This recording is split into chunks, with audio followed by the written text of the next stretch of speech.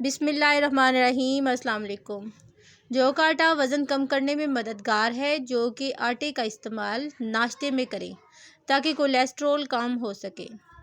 اجوا کھجور دل کے امراض، ذہنی امراض، بخار، جگر کی سوزش جیسے امراض کے لیے کارآمد ہے۔ رنگ گورا کرنے والی چائے۔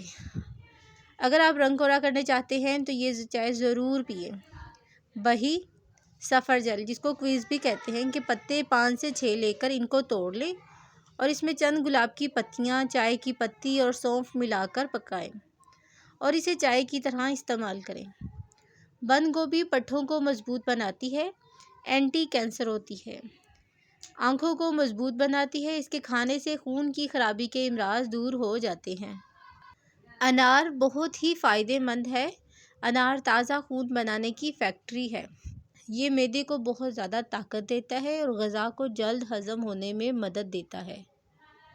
اگر آپ اپنے کچن میں لال بیگ سے تنگ آ چکے ہیں اور ان کا داخلہ بند کرنا چاہتے ہیں تو اس کا بہت ہی آسان حل ہے۔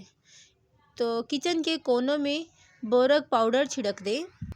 اگر آپ کے چاندی کا زیور کالا ہو گیا ہے تو اس پر ٹوتھ پیسٹ اچھی طرح سے لگائیں اور ملیں اور دھو لیں۔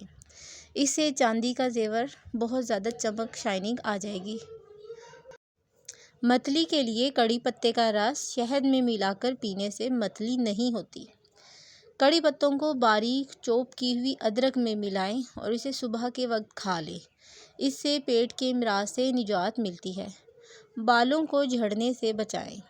پیاز کو 2 حصوں میں کاٹیں اور آدھے حصے کو سر پر اچھی طرح سے ملیں اور تھوڑی دیر بعد سر دھو لیں۔ اس میں موجود سلفر بالوں کو بہت گھنا کرتا ہے۔ غذائی اہمیت کے اعتبار سے دودھ کے بعد انڈے کا نمبر ہے، لیکن اس کو جتنا ابالیں گے اتنا ہی دیر سے انڈا ہضم ہوگا۔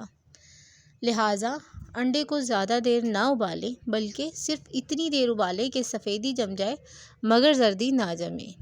اگر آپ کو میری ویڈیو پسند آئے تو پلیز میرے چینل کو لائک کریں اور سبسکرائب کریں۔